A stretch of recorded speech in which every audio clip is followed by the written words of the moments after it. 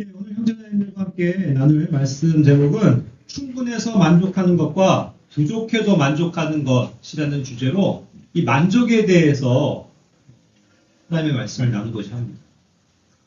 이제 저번 주에 유경찬 형제님이 하신 말씀 기억나시죠? 참 이렇게 많은 것을 생각할 수 있었던 그런 귀한 말씀이었는데 오늘날은 참 많은 이 세상의 제도가 이 돈에 예속돼 있잖아요. 그래서 만몬이라는 이 재물신이 온 세상을 지배하고 있고 또 그러한 것을 또 사실 사탄이 하는 일이라는 것이죠. 그래서 많은 영역에 있어서 이 경제적인 시스템을 통해서 많은 사람들을 힘들게 하고 또 쓰러뜨리고 또 그 돈에 예속되게 만드는 그러한 것이 얼마나 만연해 있습니까? 그렇기 때문에 그러한 사조에 대해서 우리가 믿음의 삶을 사는 것, 역행하는 삶을 사는 것은 좀처럼 쉬운 일은 아닌 것 같아요.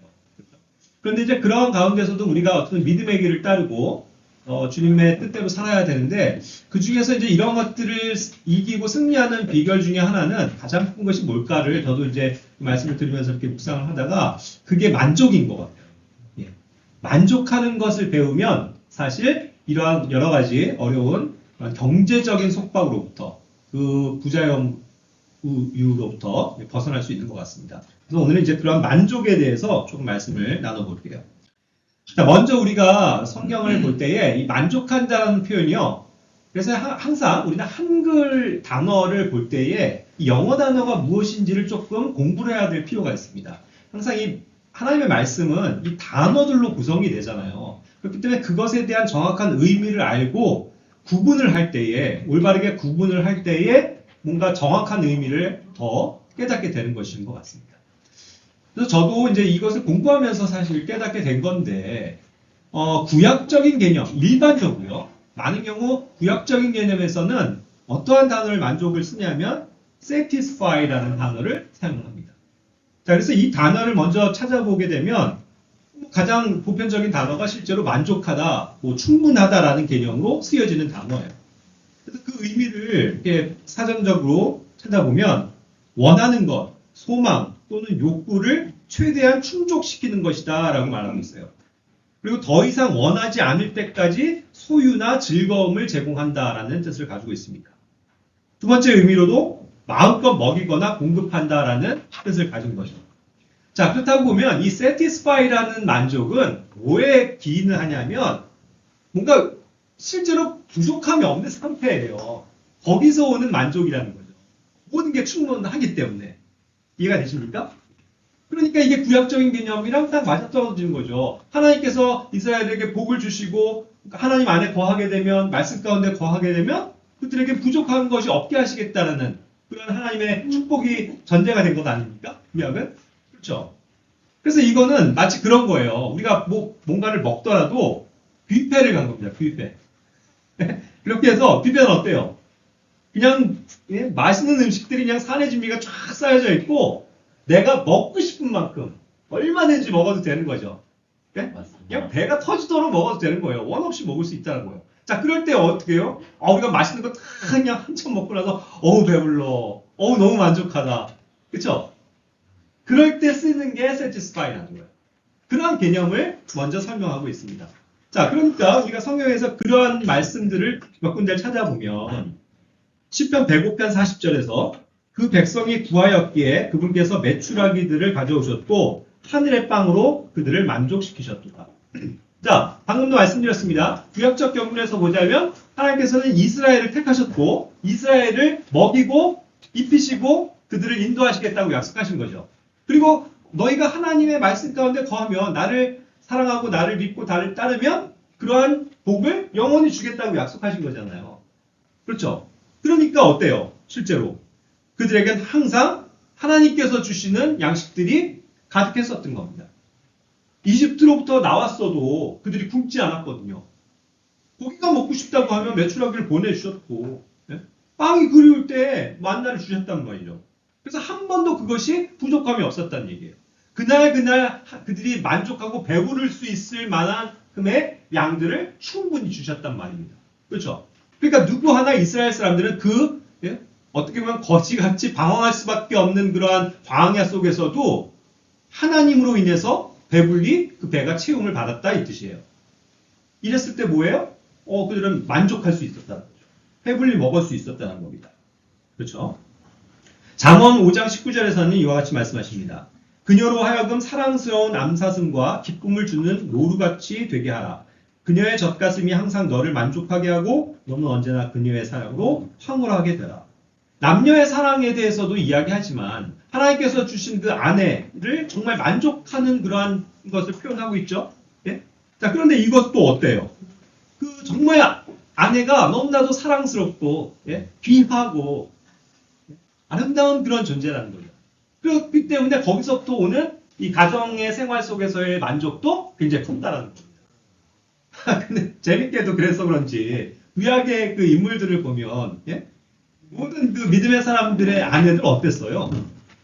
희한하게도 예뻤다라고 그렇게 표현하고 있단 말이죠. 그래서 이런 면에서도 하나님께서 이렇게 만족을 가져다 주시는 그런 어떤 원리가 있나? 이런 생각이 들었습니다. 여기에서도 이제 그러한 단어를 볼 수 있어요.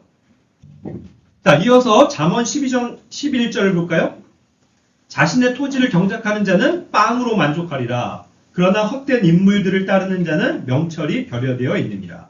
자, 여기서도 이스라엘에게 땅을 주시고 땅을 영원한 기업으로 유산으로 하나님께서 삼아 주셨단 말이죠.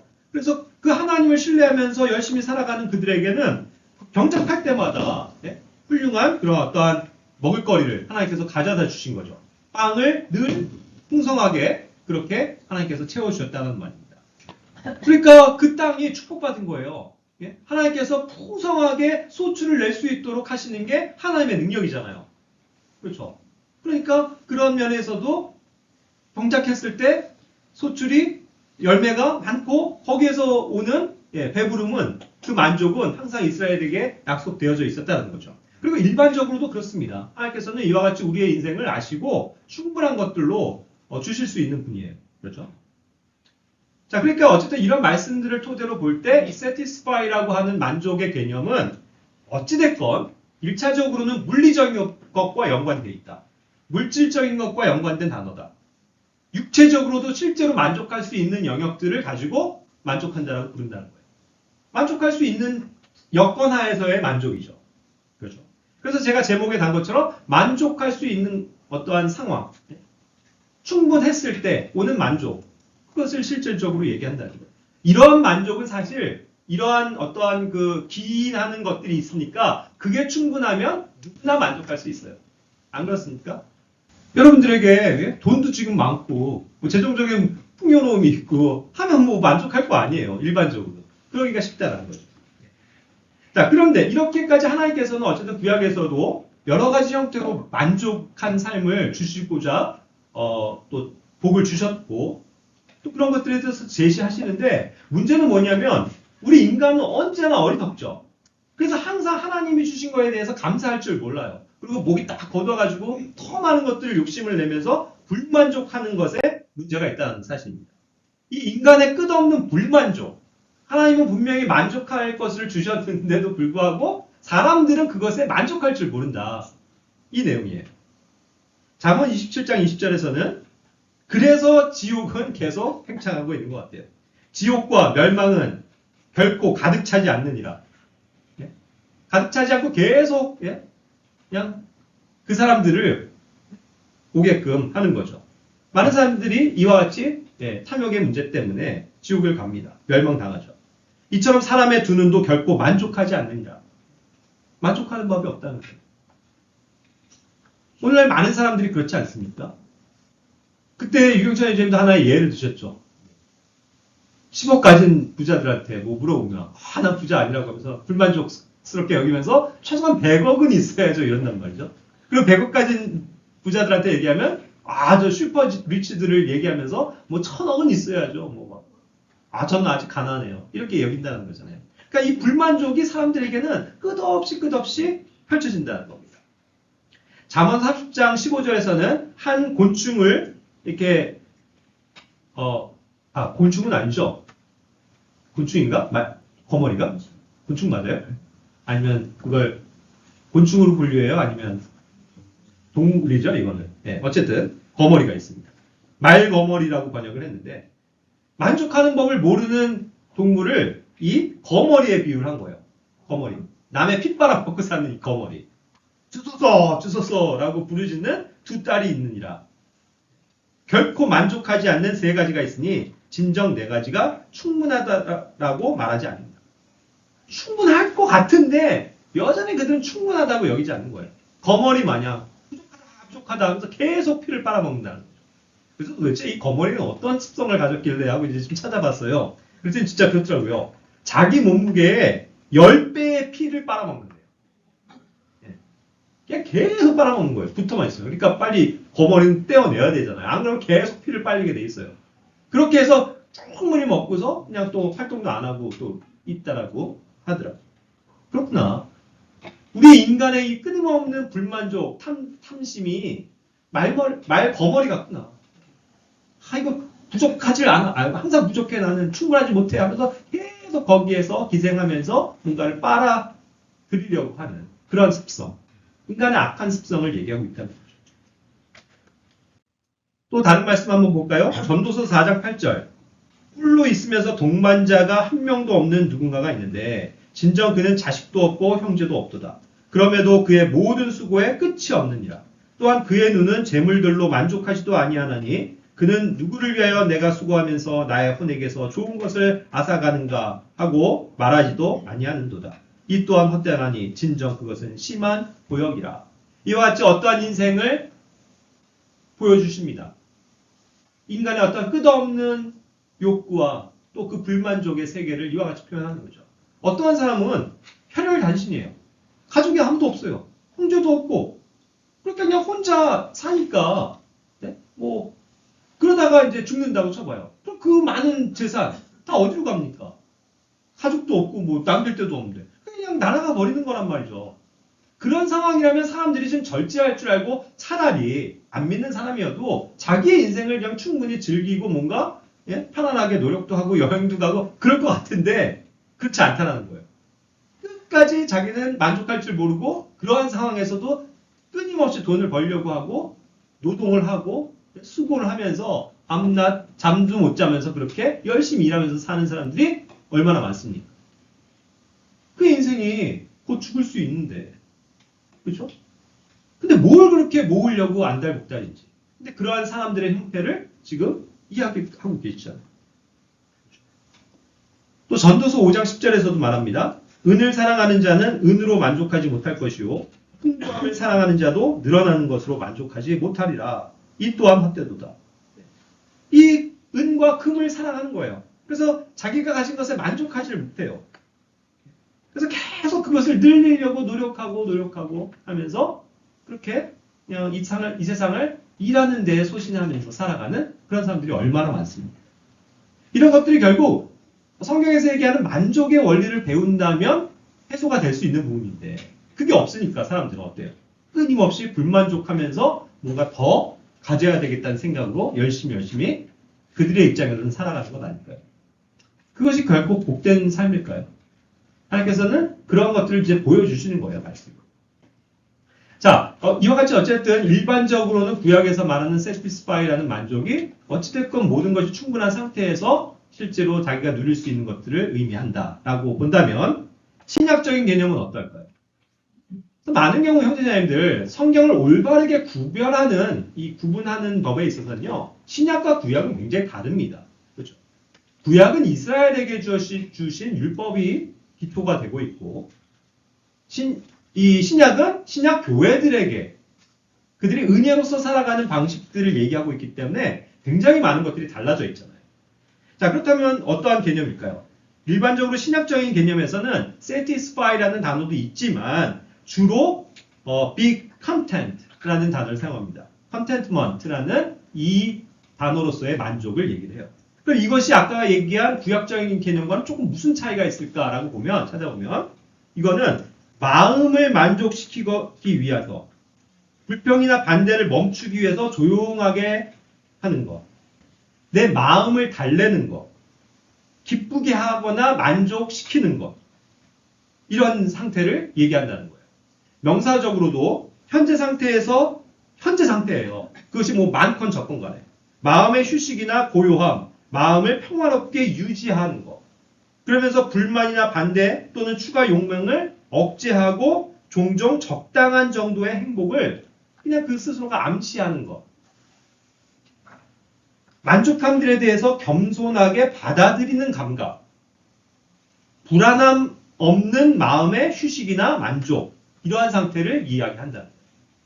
차이가 분명히 있죠? 아까는 뭐라고요? 뷔페 가가지고 그냥 마음껏 먹을 수 있어서 어우 배불러 하는 만족인 반면 여기서는 그렇진 않지만 내가 라면 한 끼를 먹더라도 그것을 그 마음으로 만족하게 받아들이고 그것을 마음을 달래는 거 거기서 어떠한 휴식과 안정을 취할 수 있는 것으로 내 마음의 상태를 바꾸는 것 이러한 만족을 얘기한다는 거예요. 분명히 차이가 있죠? 그러니까 신약에서 우리 성도들에게 가르쳐주는 만족의 원리는 실질적인 물질적인 물리적인 풍요에서 오는 만족이 아니고 내가 부족하고 없더라도 그것을 만족하게 여기는 뭐요? 내 마음의 상태라는 거예요. 마인드가 중요한 겁니다. 이것을 어떻게 받아들이느냐에 대한 그 마인드의 변화. 그것을 주님께서 우리 신약 교회들에게 가르쳐 주고자 하시는 거예요. 자, 누가복음 3장 14절 말씀 볼까요? 그리고 마찬가지로 군인들도 그에게 질문을 던지며 그러면 우리는 무엇을 해야 하리까 하였더라. 그러자 그가 그들에게 말하기를 아무에게도 폭력을 행하지 말고 어떤 이도 거짓으로 고소하지 말며 너희의 품삯으로 만족하라 하였더라. 자, 이게 무슨 상황이냐면요. 그냥 그때 예수님이 계셨던 상태에 많은 이렇게 군인들도 그랬고 뭐 오늘날도 마찬가지지만요. 그때나 지금이나 비슷한 것 같은데요. 군인들, 직업군인들 말하는 거예요. 직업군인들 여러분들 다 주변에 아는 분들 있을 텐데 그들이 아주 좋은 복지와 혜택을 누리고 월급도 충분히 받는다고 해요? 아니죠. 군인하면 되게 어렵대요. 진짜 뭐 월급도 그냥 쥐꼬리만 하고 뭐 혜택도 별로 없고 막 이래갖고 실제로 군인들이 너무 배고프다, 부족하다 막 이렇게 불만을 얘기하는 것을 많이 듣잖아요. 그 당시도 그랬던 것 같아요. 군인들이 급여가 굉장히 적었나 봐요. 그렇죠? 그러니까 오히려 지금이나 옛날이나 군인은 나라를 지키고 사회를 안정시키는 어떠한 그 소명감, 그렇죠? 그런 의식이 없이는 사실 하기 힘든 일인 것 같아요. 그렇죠? 그저 돈만 보면 이 일을 못 한다는 거예요. 돈이 못 버니까. 그러니까 그 당시에 군인들이 어떠한 행태를 한 거예요? 이제 악한 무리들의 그런 껴가지고 남들을 내 것들을 빼앗고 착복하고 위협하고 해가지고 돈을 뜯어내는 행위들 그런 행위들을 이제 버젓이 하고 있었다는 얘기잖아요. 그렇죠? 그런데 예수님께서 말씀하시는 거예요. 너희의 품삯으로 만족해라. 그렇죠? 그냥 그 급여 만족하고 그 일이 정말 소중한 일이라는 것을 알고 그것이 정말 사회를 안정시키고 내 국가와 민족을 위한 일이라는 것을 알고 그냥 기쁘게 일해라. 만족해라. 그런 거잖아요.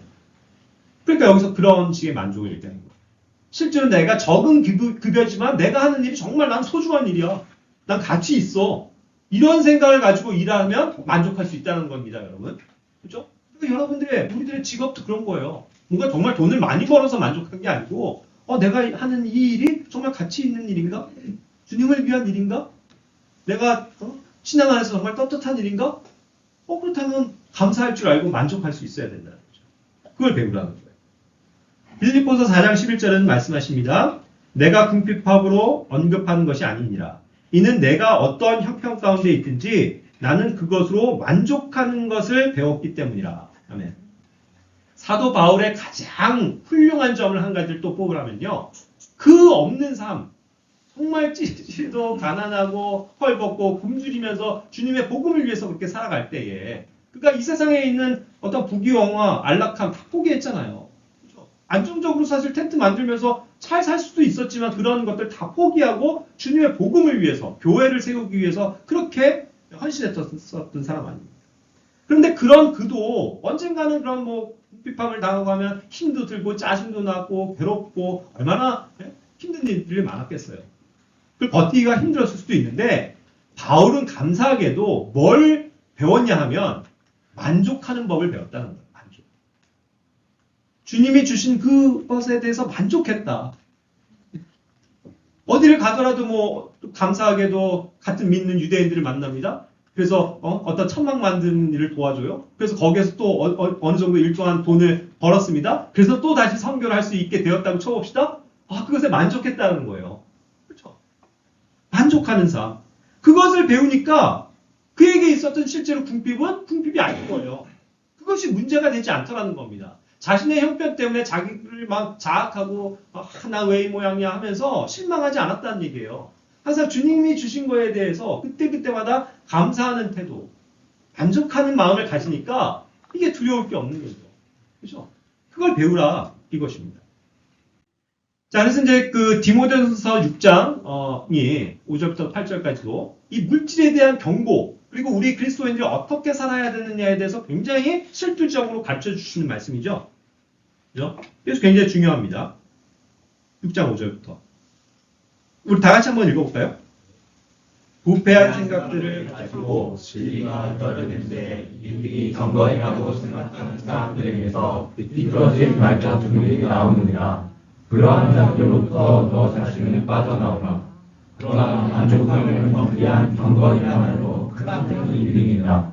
이는 우리가 이 세상으로 아무것도 가져오지 않고 우리가 아무것도 가지고 나갈 수 없음이 확실하기 때문이라.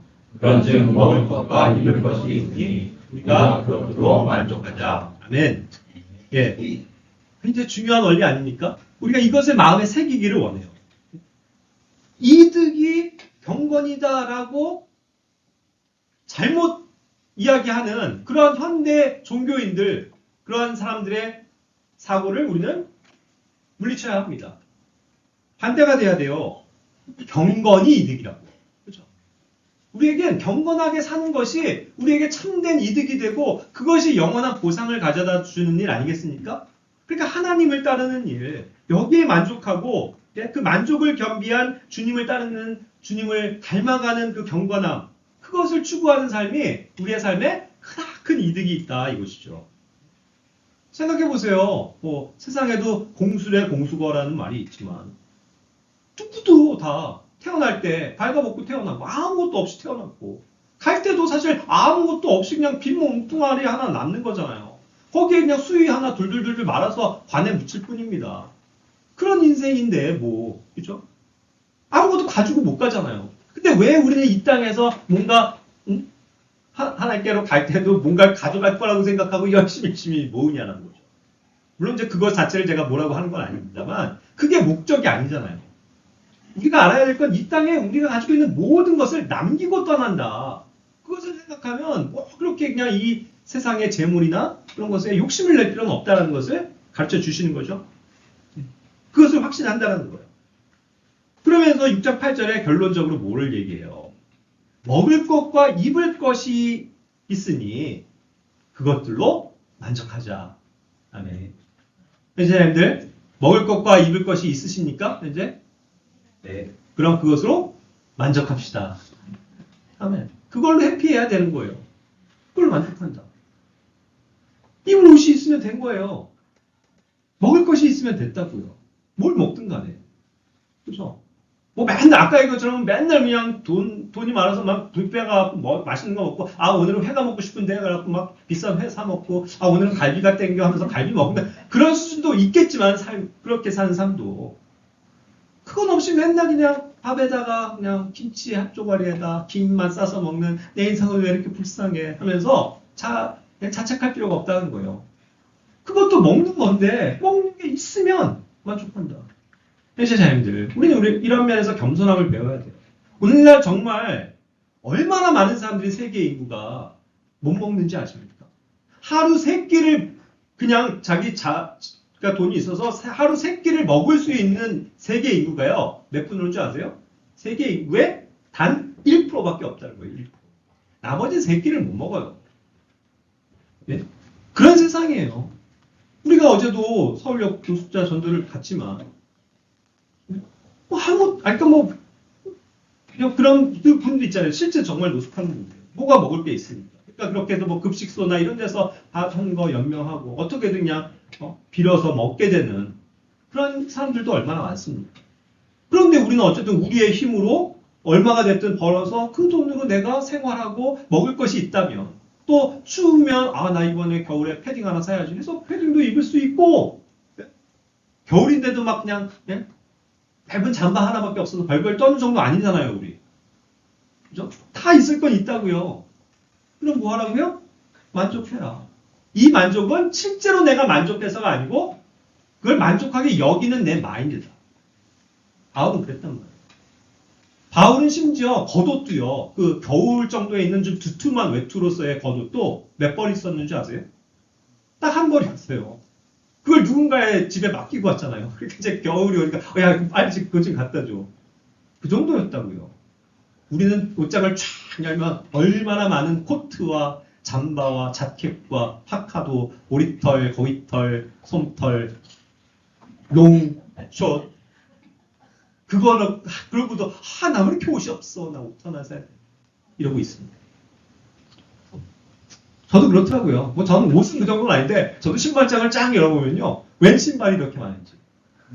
그냥 일반 운동화, 그냥 단화, 일상적으로 입는 뭐 평상 뭐 그런 거, 그 다음에 축구 좋아하니까 축구화, 배드민턴화, 얼마 전에 농구화까지 있을 거 다 있더라고요.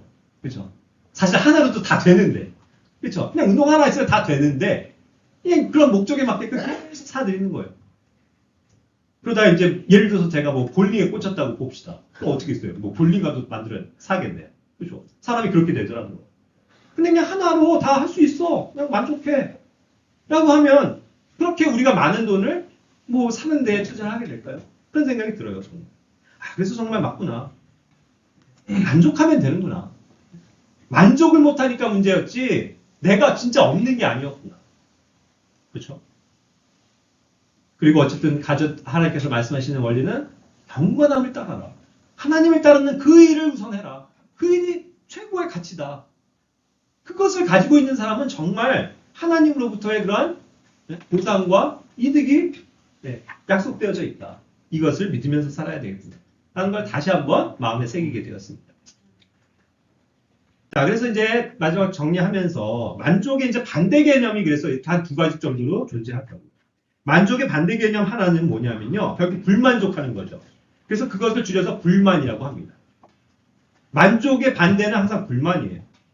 그러니까 불만이 있으니까 그게 또 다른 단어로 뭐예요? 불평이죠. 이거 왜 이래 하면서 불평을 하게 된다고요. 그리고 이 불평이 조금 더 가다 오면 남에 대한, 다른 것에 대한 원망으로도 가게 돼요.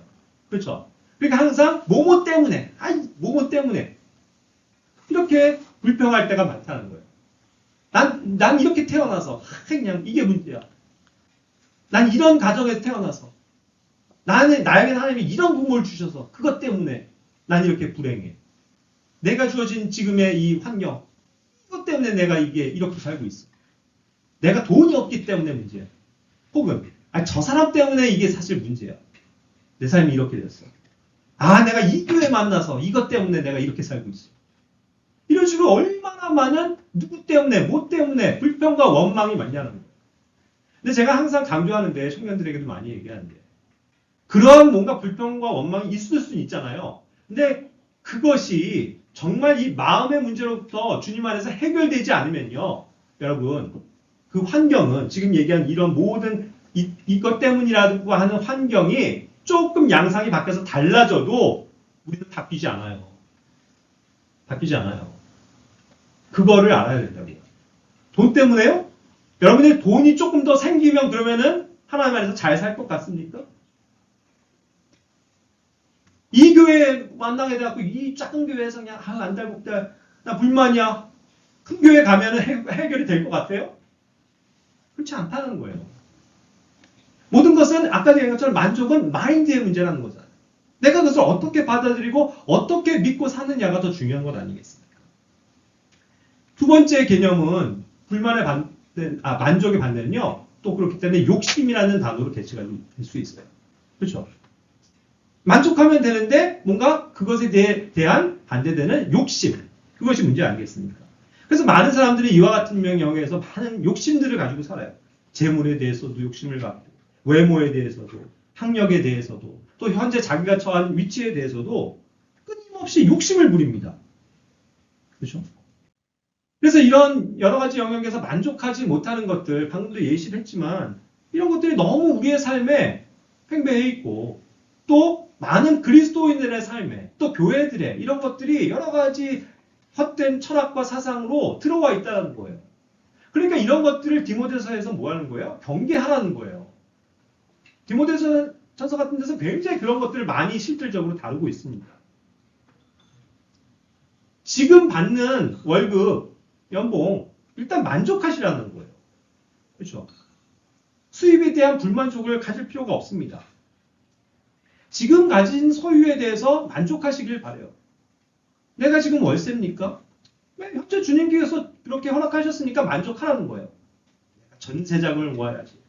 전세 얻고 나서 전세로 또 만족합니까, 사람들은? 아니야. 그래도 내가 자가는 있어야지. 바빠지게 일하고 대출 껴가지고 빌라 한 채 구입했습니다. 그러고 나니까 만족이 옵니까? 아니야. 잘못했어. 빌라가 아니었어. 아파트를 가져야 돼. 아파트를 마련하기 위해서 얼마나 많은 사람들이 노력합니까? 아파트 한 채 가진 사람들이 거기서 만족하는 거 봤습니까? 우리는 돼야 돼요. 우리는 만족해야 되는데 많은 사람들이, 많은 그리스도인들이 한 채 갖고 안 된다는 거예요. 그렇죠? 내가 살 집이 있는데도 한 채 더 가져서 거기서 뭔가 수입을 얻어야 된다는 생각에 팽배해 있습니다. 요즘 그리스도인들에게. 그렇죠? 그러니까 어떻게 뭐 무리하게 해서라도 또 한 채를 장만하는 거예요. 이것이 과연 만족으로부터 나온 삶의 모습입니까? 아니잖아요. 불만족에서 오는 거잖아요. 만족한다면 그렇지 않아요. 외모도 마찬가지란 말이에요. 특히 모든 요즘의 젊은 사람들은 이 외모 얼마나 중요시 여깁니까? 나는 눈이 조금 찢어져서 쌍꺼풀 수술을 합니다. 그래서 눈이 커 보이면 예쁘게 잘 나왔다. 거기서 만족합니까? 나는 이 코가 좀 낮아서 코를 높입니다. 그러고 나면 난 좀 턱이 너무 사각턱이야. 턱을 깎습니다. 나는 가슴이 너무 작어. 가슴 수술을 합니다. 나는 그러고 보니까 또 키가 너무 작아. 키 수술을 합니다. 나는 너무 뚱뚱한데 이거 잘 안 돼. 지방 흡입을 합니다. 수많은 사람들이 이와 같이 어떤 외모에 욕심을 낸 나머지 많은 경우 그런 데에 이제 돈을 쓰고 가꾸는 일에 얼마나 많이 투자합니까? 그렇죠? 그래서 우리는 항상 이런 면에서 자기에게 주신 거에 대해서 만족하는 것을 먼저 배워야 돼요. 그 불만족이 쌓이고 뭔가 그런 면에서 욕심이 되면 실제로 거기에 관심을 갈 수밖에 없는 건 아닙니다. 그런 걸 바로 잡아야 된다는 거예요. 우리는. 믿는 사람들. 학력도 마찬가지예요. 고등학교 나왔으면 어떻습니까? 그래도 감사한 건 요즘엔 좀 세대가 좀 많이 바뀌었죠. 그래서 옛날엔 무조건 대학 나와야 되고 인서울 나와야 되고 이랬는데 요즘은 그런 거 없어요. 감사하죠, 다행히. 예? 그래서 고등학교가 나와도 나는 내가 할 일을 할 거야. 하면 되잖아요. 만족하면 되는데. 또 그런 거에 그냥 목을 메어라 하는 사람들 얼마나 많았어요. 그래서 명문 대를 가야 되고 거길 졸업해야 되고 그러고 나니까 또 더 보이죠? 이거 갖고는 안 되는 거였네. 석사는 최소한 있어야 돼. 석사까지 하죠. 그러고서 나서 또 보니까 석사는 안 돼. 박사는 있어야 돼. 박사까지. 또 자기의 뭔가 지식을 늘리고 자기를 개발한다는 명분으로 얼마나 많은 것들을 배웁니까? 요즘에 나이 드신 분들도 보세요. 맨날 뭔가를 이렇게 열심히들 배워요. 자기 개발한다고. 자기의 삶을 좀 더 낫게 하려고. 물론 그런 걸 폄하하는 게 아닙니다. 말하자면 어떤 영역에서 자격증이 필요하고 하면 또 자격증을 또 받아야 되고 그렇죠? 그래서 공부하는 건 맞는데 그냥 너무 어쨌든 뭔가 이런 거에 불만족을 느끼면서 나의 삶을 어떻게 보면 좀 향상시켜 보고자 맨날 이런 어떠한 지식과 세상의 그런 제도를 따라가는 그러한 그리스도인들이 된다면 우리는 그것도 한번 돌아봐야 될 필요가 있다. 내가 과연 나의 삶에 만족하고 있는가? 아니면 이것이 불만족에서 욕심 때문에 하고 있는 일인가? 이런 것들을 우리가 검토해 봐야 된다는 뜻입니다. 자신의 위치도 마찬가지죠? 현재 다니고 있는 회사에서 일반 사원이면 어떻습니까? 그런데 꼭 거기에서 올라가가지고 대리가 되고 승진을 해서 팀장이 되고 부장이 되고 이렇게 밟아 올라가기를 사람들은 그렇게도 열망하거든요. 근데 우린 그런 생각을 가져야 돼요. 당연히 그런 체계가 있죠. 그걸 무시하는 게 아니에요. 그런데 내가 열심히 거기에서 충성을 다해서 열심히 일하고 정직한 직원으로서 일하고 성실하면 어때요? 자동적으로 그거는 올라가요. 그런 어떤 사람들의 시기가 견제로 인해서 질투에 의해서 막 뭔가 견제를 당하고 해서 조금 불이익을 보는 경우도 있고 남들보다 늦게 승진하는 법은 있겠습니다만 우리가 그리스도인으로서의 삶에 충실해서 살아간다면 이런 일들은 그냥 자동으로 따라오는 건 아니에요. 그러니까 이렇게 욕심내거나 불만족할 필요가 없다는 거죠. 마지막 말씀을 마칩니다. 그래서 우리는 이런 상대적인 만족이 아닌 또 절대적인 만족이 무엇인가를 생각해 봐야 해요. 제가 상대적인 만족이라고 얘기한 건 뭐냐면 어떤 경우는 또 비교에 의해서 상대적으로 그래 난 만족해야지 라고 생각하는 것으로 끝날 수 있어요. 맞죠? 아까 얘기한 것처럼 노숙자들 같은 분들에 비하면 나는 그래 뭐 먹고 입고 저기 하니까 나는 만족해. 이렇게 해서 어떤 비교에 의해서 만족하는 걸로 끝날 수도 있단 말이에요. 근데 그러다 보면 누군가와 이제 결국 비교를 하게 되잖아요. 그래서 내가 전 형제보다는 낫지. 그러니까 뭐 그냥 이 정도면 만족해야지. 뭐 그렇게도 일반적으로 생각할 수는 있지만 우리는 그런 어떤 비교에서 오는 상대적인 만족이 아니고요. 절대적인 만족을 찾아야 돼요. 절대적인 만족이라고 하면 진짜 말 그대로 절대적인 거예요. 언제나 어떠한 상황에서도 누구와 비교해도 항상 만족할 수 있어야 된다는 뜻입니다. 그게 뭐예요? 주님으로부터 오는 만족이라고 저는 믿어요. 주님으로부터 오는 만족. 그걸 우리가 배워야 되지 않을까요? 그것을 정말 마음에 새기고 기도해야 되지 않을까요? 그래서 이게 제가 쓴 게 뭐냐면 찬송가, 그러니까 어떤 CCM 가사 중에 하나예요. 주님 한 분만으로 나는 만족해. 그런 노래가 있거든요. 주님 한 분만으로 나는 만족해. 나의 모든 것 대신 주님 찬양해. 이러한 가사를 생각할 때 정말 이것이 나의 신앙의 고백이 되어야 될 줄로 믿습니다. 정말 그렇지 않나요? 주님 한 분만으로 나 만족하세요? 네. 주님이 주신 모든 것에 대해서 만족하십니까? 정말 그게 충분한 거 맞아요?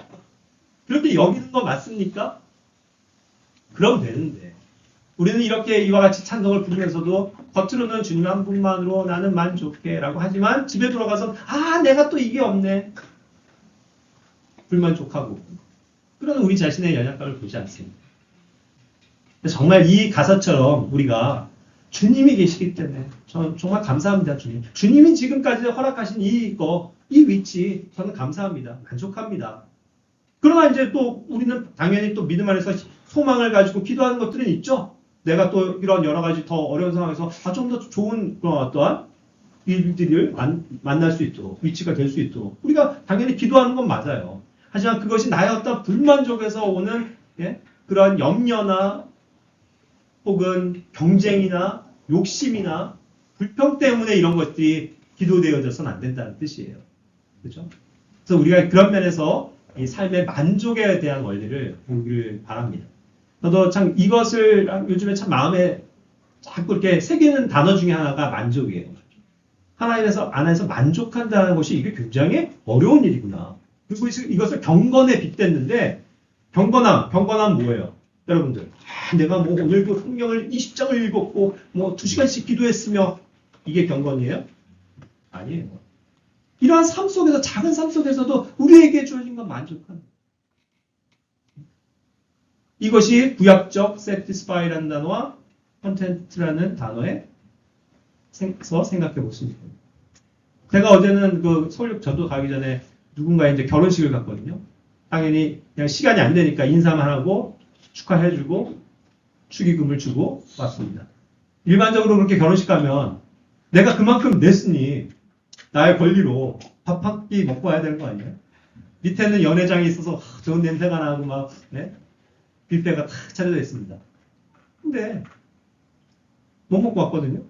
그래서 그냥 김밥 사갖고 오면서 김밥 먹으면서 차 안에서 기도하면서 찬양하면서 그게 서울역으로 가서 전도했습니다. 그게 이제 실질적인 거예요. 내가 뷔페는 못 먹었지만 김밥 한 줄 먹으면서도 그 모임을 사모하고 주님께 기도하고 찬양하면서 갈 때 내 마음 가운데 막 만족이 생기는 거예요. 주님 감사합니다. 김밥 한 줄이 왜 이렇게 맛있는지 되는 거란 말이에요. 이게 뭐예요? 마인드의 변화. 저도 그렇게 성숙하게 지금 주님을 닮아가고자 힘쓰고 있는 거예요. 저도 연약하지만 우리 모든 형제 자매들의 삶이 정말 그러하길 원합니다.